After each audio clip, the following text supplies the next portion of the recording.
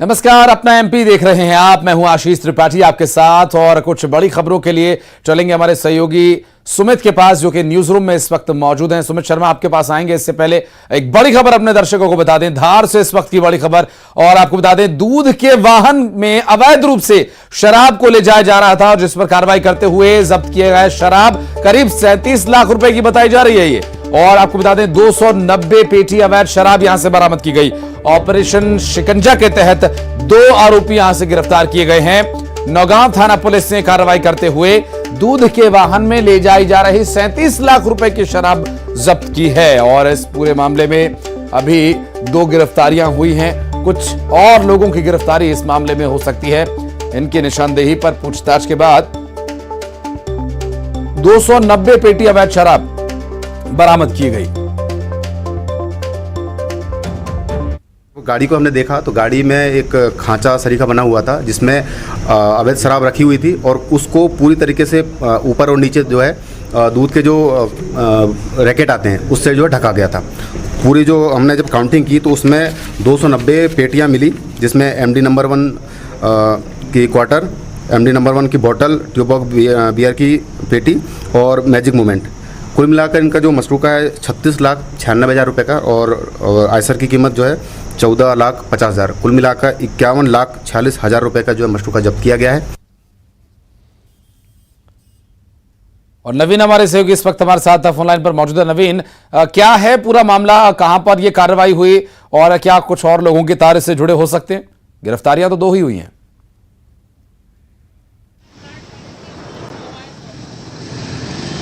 जी हाँ, बिल्कुल बताना चाहूँगा कि ये जो है ऑपरेशन शिकंजा के तहत पुलिस की एक बड़ी कार्रवाई है। पुलिस को मुखबिर से सूचना मिली थी कि दूध के वाहन में जो है अवैध शराब का परिवहन किया जा रहा है। इसी सूचना के आधार पर पुलिस ने एक टीम का गठन किया और जो है मोदी पेट्रोलियम के सामने 4 लेन से जो है ये पूरी कार्रवाई की गई है। ट्रक को जो है पकड़ा गया है। आयशर वाहन था जिसमें दूध भरकर ले जाया जा रहा था, लेकिन इसी वाहन में एक अलग से चेम्बर बनाया गया था जिसमें अवैध शराब जो है वो भारी मात्रा में रखी हुई थी। ट्रक को जब जब्त किया गया, पुलिस ने पकड़ा तो उसके अंदर से जो है 290 पेटी जो है अंग्रेजी शराब जो है वो जो है इसमें से जो वो मतलब पाई गई। और इसके साथ ही 2 आरोपियों को भी इसमें से जो है पुलिस ने गिरफ्तार किया है। दोनों आरोपियों से कड़ी पूछताछ की जा रही है। जब्त शराब की कीमत करीब 37 लाख रुपए बताई जा रही है और पुलिस ये भी पता लगाने का प्रयास कर रही है कि आखिर ये शराब जो है कहाँ से कहाँ जा रही थी। प्राथमिक तौर पर जो सूचना निकल के आई है, ऐसा बताया जा रहा है कि यह शराब जो है गुजरात ले जाई जा रही थी, लेकिन अभी पुलिस जो है अभी वो जो है इसमें पूछताछ कर रही है। वहीं जो पुलिस का ये भी कहना है कि इस प्रकार की कार्रवाई जो है आगे भी जारी रहेगी और जो है इस पूरी कार्रवाई के बाद से ही अवैध शराब माफियाओं में जो है हड़कंप मचा हुआ है। जी, बहुत शुक्रिया आपका नवीन इस पूरी जानकारी के लिए। और खरगोन से बड़ी खबर आपको बता दें, बस हादसे में गिरफ्तारी हुई है।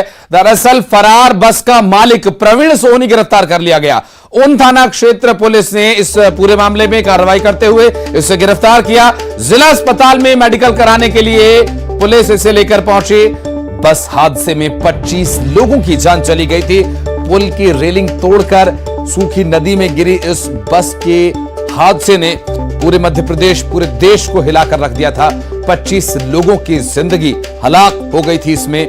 और इस पूरे मामले में बस मालिक को अब गिरफ्तार कर लिया गया है। दरअसल इस बस में जो बस को चला रहा ड्राइवर था, उसका यह कहना है कि कमानी पट्टा टूटा था। बस की फिटनेस को लेकर सवाल थे।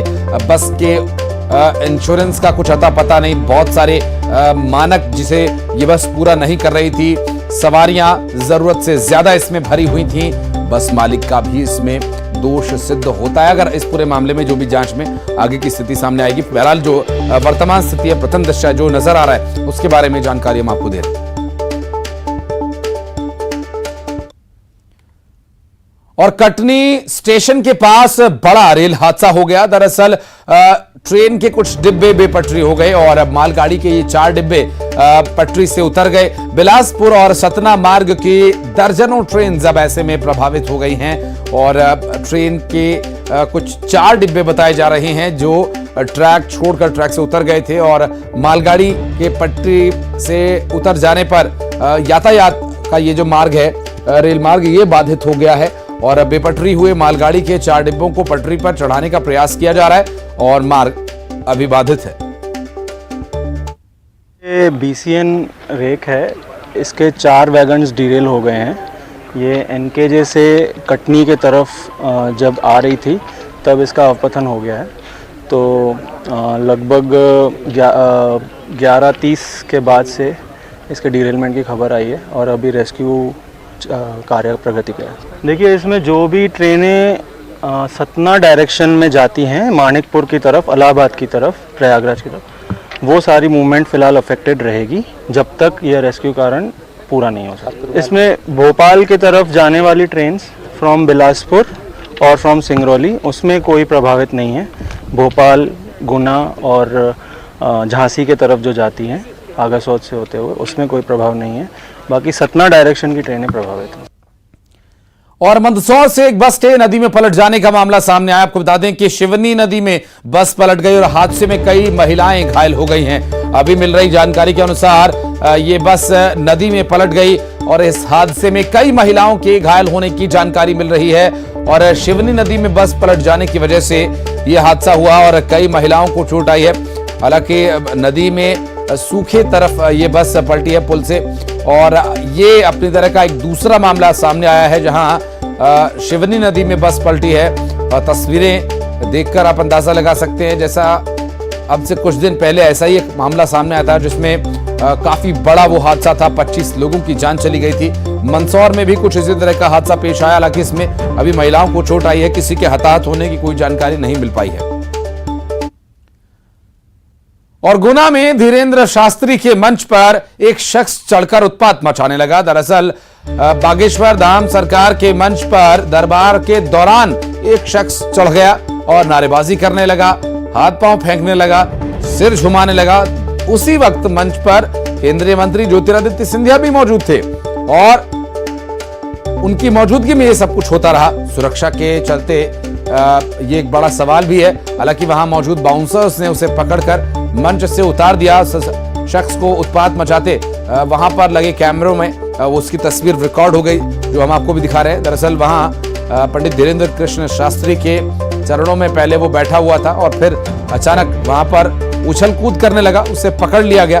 सोशल मीडिया पर यह वीडियो काफी वायरल हो रहा है। उत्पात मचाने वाले शख्स को बाउंसर्स पकड़कर मंच से नीचे छोड़ाए। इसका नाम राजकुमार रघुवंशी बताया जा रहा है।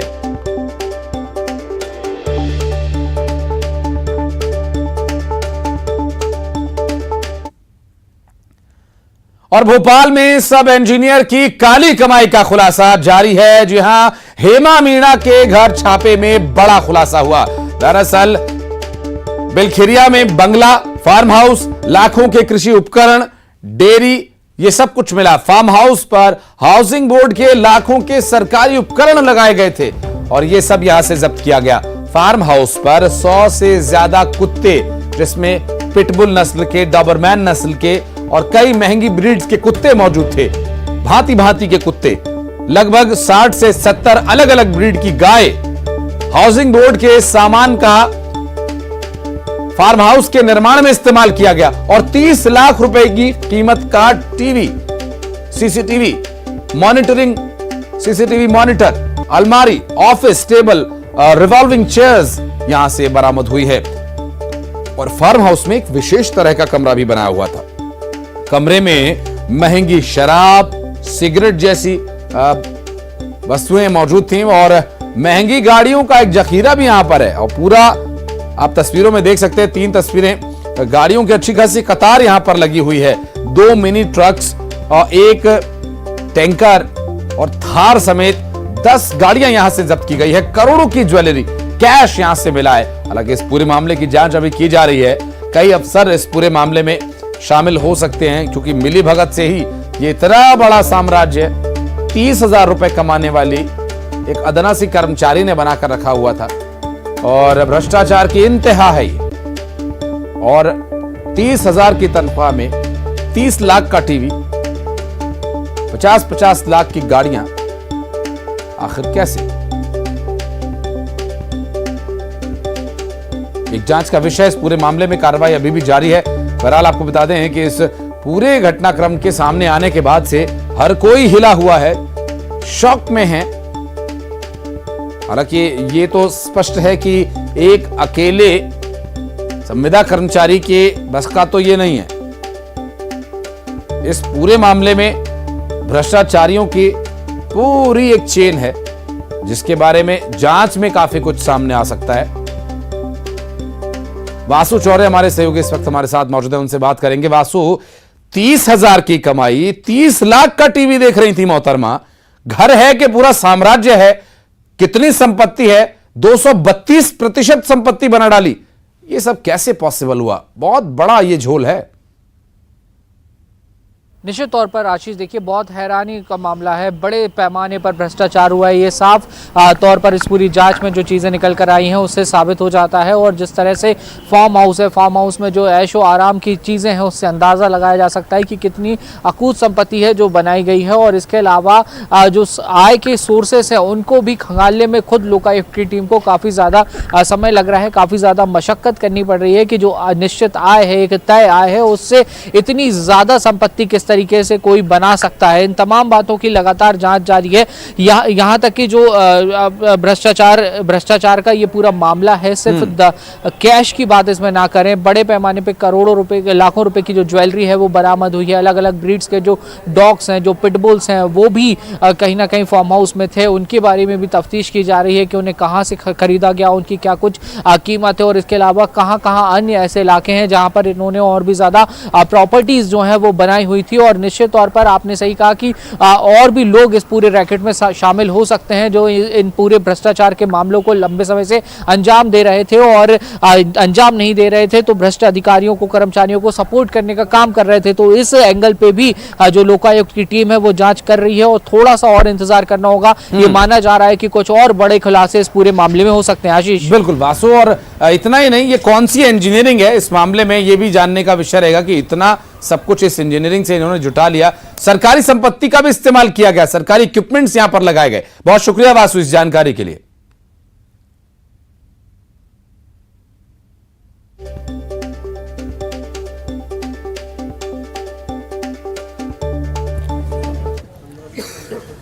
अपने बयानों को लेकर सुर्खियों में रहने वाले पूर्व सीएम दिग्विजय सिंह ने एक बार फिर से बड़ा बयान दिया है। उनका कहना है कि कांग्रेस को ही हरा रही है, इसलिए कांग्रेस को लगातार चुनाव में हार का सामना करना पड़ रहा है। कांग्रेस के कार्यकर्ता एक नहीं है, लेकिन इस गलती को कांग्रेस इस चुनाव में सुधारेगी, दिग्विजय सिंह का यह कहना। इस तरह से पूरी की पूरी समस्या यहां पर है। कांग्रेस लगातार चुनाव हार रही है, इसलिए हार रही है क्योंकि कांग्रेस पार्टी के कार्यकर्ताओं में एका नहीं है। कांग्रेस को हरा रही है, बिल्कुल ये बर्दाश्त हम नहीं करेंगे। और कमलनाथ जी ने निखिला जी और मुझको भेजा है उन इलाकों में, उन विधानसभा में, जिन विधानसभा क्षेत्र से लगातार हम चुनाव हार रहे हैं। वहीं दिग्विजय सिंह के इस बयान को लेकर बीजेपी उन पर हमलावर है। बीजेपी ने तंज कसा है। पूर्व मंत्री अर्चना चिटनिस ने कहा कि दिग्विजय सिंह कांग्रेस के सीनियर लीडर हैं, उन्होंने जो कहा वो सच कहा है। कांग्रेस के पास ना ही कार्यकर्ता बचे हैं, ना ही कोई विचारधारा है। कांग्रेस के कार्यकर्ता ही कांग्रेस को हरा रहे हैं। देखिए, वो बड़े नेता हैं और बड़े नेता होने के साथ साथ वो अनुभवी नेता है। ये दिग्विजय सिंह जी नहीं, उनका अनुभव बोल रहा है, क्योंकि ना उनके पास संगठन है, ना उनके पास कोई विचार है, ना उनके पास कोई पुरानी बताने वाली ऐसी विषय है जिसको लेकर वो जनता के बीच में जाएं। और ये सारी परिस्थितियों में जब पार्टी के वरिष्ठतम नेता ये कहें कि कांग्रेस ही कांग्रेस को हरा रही है, तो इस पर इतने बड़े नेता की बात पर मैं अपनी सहमति बताना चाहूंगी। मध्य प्रदेश में चुनावी साल में कांग्रेस भी अब हिंदुत्व की राह पर चलती हुई नजर आ रही है। कांग्रेस अब धर्म रक्षा यात्रा निकालेगी। जी हां, इंदौर में ये यात्रा निकाली जाएगी। 13 मई से करीब 20 किलोमीटर तक ये यात्रा निकाली जाएगी और इस यात्रा में कांग्रेस के झंडे के अलावा भगवा ध्वज भी हमें नजर आएगा। एमपी कांग्रेस मंदिर पुजारी प्रकोष्ठ के धर्म रक्षा यात्रा का आयोजन किया है और इस दौरान मठ मंदिरों की स्वायत्तता को खत्म किए जाने की मांग भी की जाएगी कांग्रेस की तरफ से।